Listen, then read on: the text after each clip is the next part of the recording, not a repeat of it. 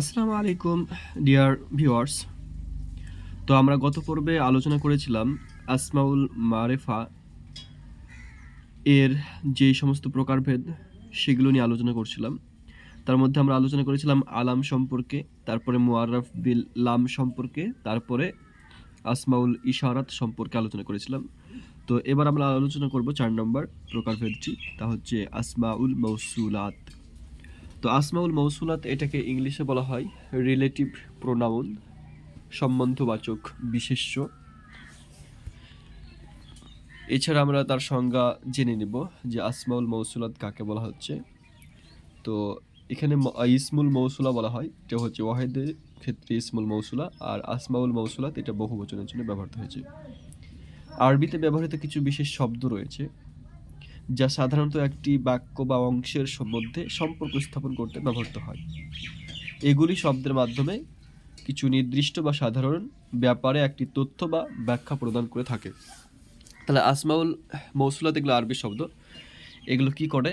কোনো বাক্য বা বাক্যের একটা অংশের সাথে তাদের সম্পর্ক স্থাপন করে দেয়। এটাই হচ্ছে আসমাউল মৌসুলাত। আর এছাড়া কোনো একটা নির্দিষ্ট বা সাধারণ কোনো বিষয়ের ব্যাপারে কি করে? তথ্য বা ব্যাখ্যা প্রদান করে থাকে। এগুলোই তাদের কাজ। এরপর আমরা দেখে নেব যে উদাহরণ হিসাবে যে আল্লাদি হুয়া আলিমুন, সংজ্ঞা অনুযায়ী আমরা এখানে দেখছি যে দুটো বাক্যের মধ্যে কি করবে? সম্পর্ক স্থাপন করবে। একটা বাক্য অন্য বাক্যের সাথে বা একটা বাক্য বা অংশের সাথে অন্য অংশের কি করবে? সম্পর্ক স্থাপন করবে। দেখো এখানে যা একটি শব্দ বা বাক্য, আর হুয়া আলিমুন শব্দ একটা বাক্য। তো এর মধ্যখানে আল্লাদি শব্দটা এসেছে, এটা সম্পর্ক স্থাপন করে দিয়েছে দুই বাক্যের মধ্যে। এটাকে বলা হচ্ছে আল্লাদি শব্দটাকে বলা হচ্ছে ইসমুল মৌসুল।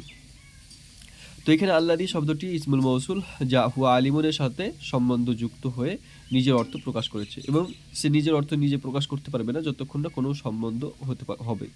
তো সম্বন্ধ যখন হবে তখনই নিজের অর্থ প্রকাশ করবে এই শব্দটা। এছাড়াও দেখুন যে একটা তথ্য প্রদান করবে বা ব্যাখ্যা দিবে। তো যে এসেছে সে তার সম্পর্কে কি বলছে? হুয়া আলিমুন, সে একজন জ্ঞানী ব্যক্তি। তো তার সম্পর্কে একটা তথ্য দিচ্ছে যে সে জ্ঞানী। ওকে, তারপরে কি যে যারা, যাকে, যাদেরকে, যা, যেটা, যেগুলি ইত্যাদি শব্দ বোঝানোর জন্য আরবি ভাষায় যে সমস্ত শব্দ ব্যবহার করা হয় তাদেরকে আল ইসমুল মৌসুল বলা হয়। ইংলিশে যেমন হু, হুইচ, তারপরে হুয়ার, হুয়াজ, এরকমভাবে যে সমস্ত শব্দগুলো ব্যবহৃত হয় সেগুলোই আরবিতে ইসমুল মৌসুলা রূপে ব্যবহৃত হয়। এবার আমরা বচন ও লিঙ্গভেদে কিছু যে ইসমুল মৌসুলাত ব্যবহৃত হয় সেগুলো নিয়ে আলোচনা করব। তা প্রথমত এখানে আমরা দেখতে পাচ্ছি যে একটু ঝাপসা হয়ে যাচ্ছে। তো এখানে ঝাপসা যেহেতু আসছে, তো যাই হোক, তবে এখানে আমরা কি ভাগ করেছি? ওয়াহেদ, তাসনিয়া, জামা, অর্থাৎ একবচন, দ্বিবচন এবং বহুবচন হিসেবে এই ইসমুল মৌসুলাগুলোকে ব্যবহার করেছি। আর মুজাক্কার মুয়ান্নাস হিসেবে, অর্থাৎ পুরুষ লিঙ্গ, স্ত্রীলিঙ্গ হিসেবে। তো এখানে দেখুন আমরা এখানে একটা রয়ে দিয়েছি আমরা বচন, অর্থাৎ ওয়াহেদ, তাসনিয়া, জামা, প্রথমকার রটা একেবারে ডান দিক থেকে। আর মুজাক্কার, যেটা মুজাক্কার হিসেবে ব্যবহৃত হয় সেগুলো এখানে আমরা উল্লেখ করেছি। আর মুয়ান্নাসের কলমে আমরা মুয়ান্নাস যেগুলো ব্যবহৃত হয় সেগুলো আলোচনা করেছি। তো একবচন ওয়াহিদ, একবচন মুজাক্কার হিসেবে ওয়াহিদ মুজাক্কার হিসেবে ব্যবহৃত হয় আল্লাদি শব্দটা। আল্লাদি, যে, যাকে বা যা, যেটা এই রূপে অর্থে ব্যবহৃত হয়। তারপরে ওয়াহিদ মুয়ান্নাসের রূপে ব্যবহৃত হয়, তা হচ্ছে আপনার আল্লাতি, যে, যাকে, যা, যেটা ইত্যাদি রূপে।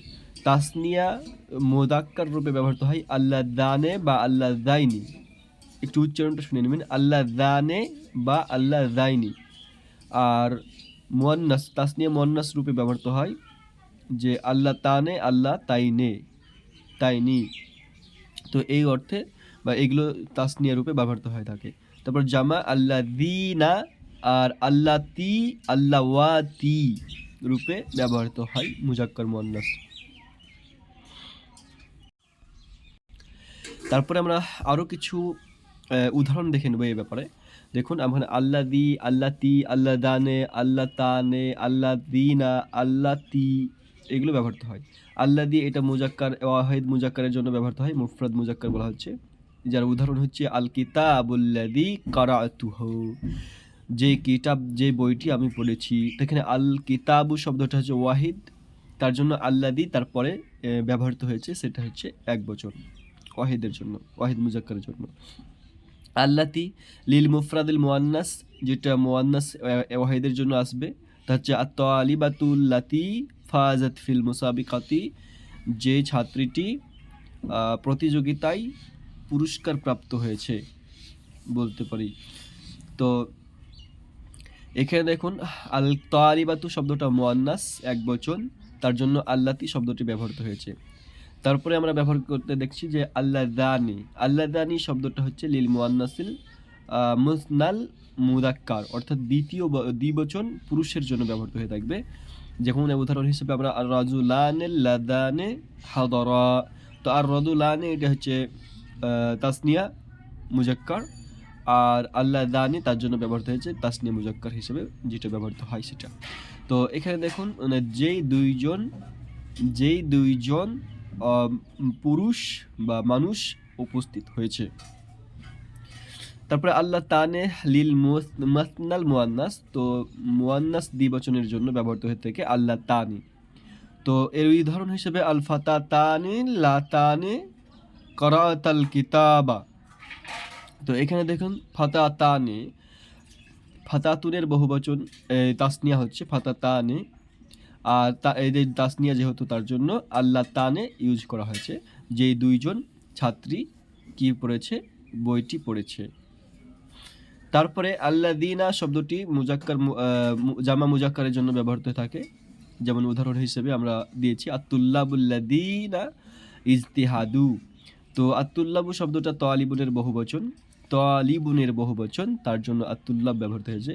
এই তুল্লাব ব্যবহার হওয়ার কারণে আল্লাযীনা ব্যবহৃত হয়েছে। ওকে, তারপরে আল্লাতি হবে, এখানে আলিফটা যুক্ত হবে। তো লিল জামিল মুয়ান্নাস, অর্থাৎ জামা মুয়ান্নাসের জন্য ব্যবহৃত হয়ে থাকে। আর উদাহরণ হিসেবে আলফিতিয়াতুল্লাতি শারাকনা ফিল মুসাবিকাতি, যেই যুবতীরা প্রতিযোগিতায় অংশগ্রহণ করেছে। তো এখানে ফাতাতুনের বহুবচন হচ্ছে আলফিতিয়াতু, আর এখানে বহুবচন ব্যবহার হওয়ার কারণে আল্লাতি শব্দটা ব্যবহৃত হয়েছে। এ হচ্ছে কিছু ব্যবহার। এরপরে আমরা যে সমস্তগুলো পড়ে আসলাম ছকে এবং আদার্স অন্য, সেগুলো ইসমুল মৌসুল অর্থেই ব্যবহৃত হয়, এগুলো অন্য অর্থে ব্যবহৃত হবে না, শুধুমাত্র মৌসুল অর্থেই ইসমুল মৌসুল। কিন্তু এছাড়া আরও কিছু ইসমুল মৌসুল রয়েছে, যেগুলো কখনো কখনো ইসমুল মৌসুলার অর্থ প্রদান করে, কখনো কখনো অন্য অর্থ প্রদান করে, সেগুলো নিয়ে আলোচনা করব। তো সেগুলো নিয়ে প্রথমে আমরা আলোচনা করেছি যে মাটা কখনো যা এর অর্থ প্রদান করে, যখন যা এর অর্থ প্রদান করবে তখন ইসমুল মৌসুলা। যেমন আফআল বা আফইল মা তুরিদু, উফউল বা আফইল যে মা তুরিদু, তুমি যা চাও তা গ্রহণ করো। তো এখানে মা দেখুন যা এর অর্থ প্রদান করছে, তার মানে এটা ইসমুল মৌসুলা। আর যদি সেটা অন্য অর্থ প্রদান করে, বলতে ইসমুল কখনো আপনার প্রদান করতে পারে ইসমুল ইশারা, যেটা ইস্তেফাম রূপে ব্যবহৃত হয়ে থাকে, মাহাদা, যেমন মাহাদা এটা কি। তারপরে আবার কখনো কখনো এটা ব্যবহার হয়ে থাকে আপনার না এর অর্থ প্রদান করে থাকে, যেমন মা দরাবা ইত্যাদি। তো এই হচ্ছে মা এর অর্থ থাকে। তারপরে মান যে বা যারা অর্থ প্রদান করে, যখন এটা প্রদান করবে যে বা যারা, তখন এটা হয়ে যাবে ইসমুল মৌসুল। যেমন হাদরা মানে ইয়াসকুনু ফি হাদাল বাইতি, তো এই ঘরে যে বাস করে সে উপস্থিত হয়েছে। তো এখানে যে অর্থ প্রদান করলো, তার মানে এটা এটা ইসমুল মৌসুলা। আর কখনো কখনো এটা কে মানে প্রশ্ন ইস্তেফাম রূপে ব্যবহৃত হয়ে থাকে মানটা। আবার কখনো কখনো এই মানটা আপনার প্রশ্নবোধক হয়, মানটাই প্রশ্নবোধক হয়ে থাকে প্রায়। তারপরে দেখুন আইয়ু, তৃতীয় নম্বর হচ্ছে আইয়ু। তো কোন শব্দের অর্থ ব্যবহৃত হবে পুরুষের জন্য, তা হচ্ছে আইয়ুহুম হুয়া কায়েমুন, তাদের মধ্যে কোন যে দাঁড়িয়ে আছে, তাদের মধ্যে কে বা কোন যে দাঁড়িয়ে আছে। তারপরে আইয়াতু শব্দটাও সেম স্ত্রীর জন্য ব্যবহৃত হবে কোন, আইয়াতু হিয়া কাইমাতুন, তাহলে আইয়াতু শব্দটা ব্যবহৃত হয়ে থাকে, আবার কখনো কখনো এগুলো প্রশ্নবোধক রূপে ব্যবহৃত হয়ে থাকে। ওকে, তারপরে 5 নম্বর হচ্ছে ইসমুল ফাইল এর শুরুতে ব্যবহৃত আলিফ লাম। তাহলে ইসমুল ফাইল পরবর্তীতে আলোচনা করা হবে।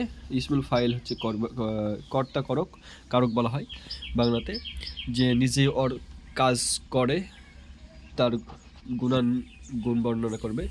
তো যাই হোক, তো সেই ইসমুল ফাইলের প্রথমে যদি আলিফ লাম যুক্ত থাকে তখন ওইটা আল্লাজি অর্থ প্রদান করে থাকে। যেমন আল্লাদি দরাবা, যে প্রহার করেছে, তখন দেখুন দরাবা আল্লাদি অর্থ প্রদান করছে কি, যে। আর আল্লাহ আল জারিবু আসলে ছিল আল জারিবু, যার অর্থ হচ্ছে আল্লাদি দরাবা। তো এখানে আলিফ লাম যুক্ত হয়েছে জারিবুনের প্রথমে, এই আলিফ লামের অর্থ দিচ্ছে আল্লাদি। আবার কখনো ইসমুল মাফুল এর ও শুরুতে ব্যবহৃত আলিফ লামও ব্যবহৃত হয় ইসমুল মৌসুল রূপে। যেমন আল মাদরুব, যার অর্থ দেয় আল মাজরুবের আলিফ লাম যার অর্থ দেবে আল্লাদি দুরিবা, যে প্রহরিত হয়েছে। তো এইগুলো হচ্ছে কখনো কখনো ইসমুল মৌসুল অর্থ প্রদান করে থাকে, আবার কখনো কখনো অন্য অর্থ প্রদান করে থাকে। এছাড়া আরেকটি আছে, তা হচ্ছে দু অর্থ আল্লাদি কখনো হয়ে থাকে, আবার কখনো কখনো এটার অর্থ হয়ে থাকে অধিকারে থাকা, যেমন জুলিয়াদাইন, হাতওয়ালা বা জু মালিন মানে মালওয়ালা, ধনবান ব্যক্তি, এই সমস্ত অর্থ ব্যবহৃত হয়ে থাকে। তবে আবার কখনো কখনো ইসমুল মৌসুল স্বরূপে ব্যবহৃত হয়ে থাকে, তখন আল্লাদি এর অর্থ দেয়। যেমন যা দু দরাবাকা, যে এসেছে সে তোমাকে মেরেছে, তাহলে এখানে দুটা যে অর্থ প্রদান করছে আল্লাদি অর্থ। এবার আমরা দেখে নেব আরও কিছু তথ্য ইসমুল মৌসুল সম্পর্কে। যেমন আমরা এর আগে পড়েছিলাম যে আইয়ু এবং আইয়াতু, যেটা মুজাক্কারের জন্য আইয়ু পরে ব্যবহৃত হয় এবং মুয়ান্নাসের জন্য ব্যবহৃত হয় আইয়াতু, এবং কোন কোন অর্থ প্রদান করে। তো এগুলো কখনো কখনো মুরাব হয়। মুরাব বলতে বোঝানো হয় যে শেষ অক্ষর কখনো কখনো জের জাবার পেশ ইত্যাদি গ্রহণ করে, অর্থাৎ জের জাবার পেশ গ্রহণ করছে, এরকম পরিবর্তন হচ্ছে, সেগুলো হচ্ছে মুরাব। আর কখনো কখনো মাবনি, যেগুলোর শেষ অক্ষরের হারকাত কখনো পরিবর্তন হবে না, একই রকম থাকবে, সেগুলো হচ্ছে মাবনি। তো এই মাবনিও কখনো কখনো আইয়ু এবং আইয়াতু হয়ে থাকে। তারপরে মান শব্দটি আকিলের জন্য ব্যবহৃত হয়ে থাকে, এই তথ্যটা জেনে রাখতে হবে যে মান শব্দটা জাস্ট আপনার আকিল পূর্বে যদি আপনি ভিডিও দেখে থাকেন তাহলে সেখানে আমরা আলোচনা করেছি আকিল কাকে বলা হয়। তো আকিল হচ্ছে মানুষ, আল্লাহ, তারপরে ফেরেশতা, তারপরে জিন এবং মানুষ। তো এগুলো হচ্ছে আকিলের মধ্যে পড়ছে, যাদের জ্ঞান রয়েছে। তো সেই ক্ষেত্রে আল্লাহ বা জিন বা ফেরেশতা বা মানুষকেও যদি প্রশ্ন করা হয় তাহলে মান দিয়ে প্রশ্ন করতে হবে। যেমন মান কলা, এটা কে বলেছে, তারপরে মান হাদা, এই মানুষটি কে, মান রদুলুন, এই মানুষটি কি বলতে পারি, এইভাবে প্রশ্ন করতে পারি। তখন মানুষের ক্ষেত্রে বা আল্লাহর ক্ষেত্রে বা ফেরেশতা বা জিনের ক্ষেত্রে মান শব্দটা ব্যবহার করব। আর মা শব্দটি গায়রুল আকিল যেগুলো আল্লাহ, জিন, ইনসান এবং এগুলো বাদ দিয়ে, ফেরেশতাগুলো বাদ দিয়ে যারা আছে পৃথিবীতে সেগুলোই হচ্ছে গায়রুল আকিল। যেমন আমি মোবাইল ধরে আছি, আবার ল্যাপটপ ধরে আছি, এই সমস্ত জিনিসগুলো সবই গায়ের আকলের মধ্যে পড়ে যাচ্ছে। তারপরে প্রাণী জগৎ, সমস্ত প্রাণী, গাছপালা, পশু পাখি, সমস্ত কিছুই গায়ের আকিলের মধ্যে পড়ে যাচ্ছে। তো সেই ক্ষেত্রে আমরা ব্যবহার করব মা। যেমন মা হাদা, এটা কি, তখন এর উত্তরে আমরা দেব হাদা কিরদুন, এভাবে আমরা পড়েছি হয়তো কোনো জায়গাতে। তো এটা হচ্ছে দেখুন পশুর ক্ষেত্রে ব্যবহৃত হচ্ছে, বা গায়রুল আকিলের জন্য ব্যবহৃত হচ্ছে মা।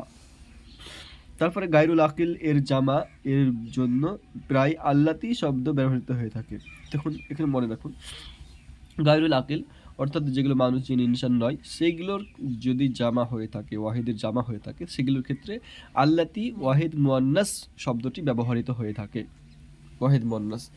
কারণ যে গায়রুল আকিলের জামাগুলো প্রায় জামা মুকাশশারের মধ্যেই অন্তর্ভুক্ত হয়ে যায়। যেমন কলামুন, আকলামুন শব্দটা গায়রুল আকিল, এবং সেটা জামা মুকাশশারের মধ্যে পড়ছে। তো জামা মুকাশশারের হুকুম হচ্ছে তা আপনার ওয়াহিদ মুয়ান্নাসের নেই, তার জন্য আল্লাতি শব্দটা ব্যবহার করছে। তো যেমন আসজারু, আল আসজারুল্লাতি, এখানে যখন সাজারনের বহুবচন হচ্ছে আসজার, সাজারন মানে গাছ, আর আসজারু মানে হচ্ছে অনেকগুলো গাছ। তো আল্লাহ আশাজারু যেহেতু বহুবচন ব্যবহৃত হয়েছে এবং গাছটা হচ্ছে গায়রুল আকিল, এর জন্য আল্লাতি শব্দটা ব্যবহার করা হয়েছে। ওকে, তারপরে দেখুন এখানে আলোচনা করা হয়েছে আকিল কাকে বলছে। ওকে, আকিলের জামার জন্য ব্যবহৃত হয়ে থাকে আল্লাদিনা, আল্লাওয়াতি, আল্লাতি। তো কি হচ্ছে যে আকিল যে সমস্ত ব্যক্তি আল্লাহ জ্ঞান রয়েছে সে সমস্ত জিনিসের যদি জামা ব্যবহৃত হয় সেগুলোতে আল্লাজি শব্দটা ব্যবহৃত হবে, কোনো সময় আল্লাওয়াতি শব্দটা ব্যবহৃত হবে, আবার আল্লাতি শব্দটা ব্যবহৃত হবে। ওকে, তারপরে আমরা আলোচনা করব তা হচ্ছে আল ইসমুল মৌসুল সম্পর্কে আরও কিছু তথ্য, যে আল ইসমুল মৌসুলের পর অবশ্যই একটি বাক্য উল্লেখ করতে হবে। তাহলে এরপরে একটা বাক্য উল্লেখ থাকবে এবং ওই বাক্যটিকে আসিলা বলে এবং সেই বাক্যটিকে সিলা বলা হয়। আর বাক্যের মাঝে একটি জামির থাকতে হয় যা ইসমুল মৌসুল এর দিকে প্রত্যাবর্তন করে, যা ইসমুল মৌসুলের দিকে তাকে নির্দেশ করবে, প্রত্যাবর্তন করবে, যা উহাকে জামির ও সিলা বলা হয়। তাহলে এটার আমরা উদাহরণ হিসেবে আমরা দেখে নেব উদাহরণের উপরে। তো এখানে দেখুন মা হাদা হাদরা মাই ইয়াসকুনু ফি হাদাল বাইতি, তখন মান শব্দের পূর্বে একটা বাক্য ব্যবহৃত হয়েছে এবং ইয়াসকুনু ফি হাদাল বাইতি এটা পরবর্তীতে একটা শব্দ ব্যবহৃত হয়েছে। তো প্রথমে কি বললো যে এটা হবে অবশ্যই একটা বাক্যে উল্লেখ থাকতে হবে, মানে ইসমুল মৌসুলের পরে। তো এখানে দেখুন মান শব্দটা ইসমুল মৌসুল, তার জন্য মাই ইয়াসকুনু ফি হাদাল বাইতি এই শব্দটা একটা বাক্য তৈরি হয়েছে, বাক্য ব্যবহৃত হয়েছে। ওকে, তারপরে বললো কি যে ওই বাক্যটিকে সিলা বলে, তাহলে এই বাক্যটিকে আমরা কি বলবো, মাই ইয়াসকুনু ফি হাদাল বাইতি, এই বাক্য সম্পূর্ণ বাক্যটিকে আমরা সিলা রূপে ব্যবহার করব। ওকে, তারপরে বলছে কি যে একটি জামির থাকতে হয় যা ইসমুল মৌসুলের দিকে প্রত্যাবর্তন করে। তাহলে এখানে একটা জামির থাকবে, তাহলে দেখুন ইয়াসকুনুর মধ্যে হুয়া জমির লুকিয়ে আছে এবং এই ইয়াসকুনু হুয়া জমিরটা হাদরার দিকে কি করছে, সম্বোধন করছে, ওকে প্রত্যাবর্তন করছে, এবং এটার নাম কি দেব, জামিরুস সিলা। তাহলে ওই জামিরটার নাম কি দেবো আমরা, ইয়াসকুনুর মধ্যে যে জামিরটা লুকিয়ে আছে সেটা আমরা নাম দেব সিলা, জামিরুস সিলা। ওকে, বোঝা গেছে আশা করি। তো আপনার যদি কোনো উপকারে আসে ভিডিওটা তাহলে অবশ্যই লাইক এবং কমেন্ট করে জানাবেন যে আমাদের ভিডিওতে কোনো ভুল বা মানুষের তো মানুষ মাত্রই তো কিছু ভুল থাকতেও পারে। আর আপনারা যদি কোনো টপিক সম্পর্কে জানতে চান তাহলে সেগুলো আমাদেরকে কমেন্ট বক্সে জানাতে পারেন। আর পরিশেষে বলতে চাই, আপনি যদি প্রথম হয়ে থাকেন তাহলে আমার চ্যানেলটিকে সাবস্ক্রাইব করে সাপোর্ট করবেন। ধন্যবাদ।